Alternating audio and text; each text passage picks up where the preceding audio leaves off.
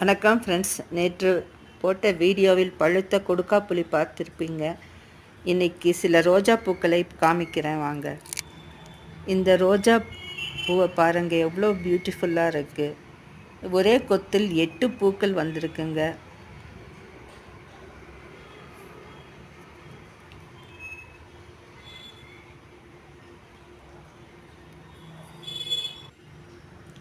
Adenium செடியில் கூட பூக்கள் வர ஆரம்பிச்சிருக்குங்க.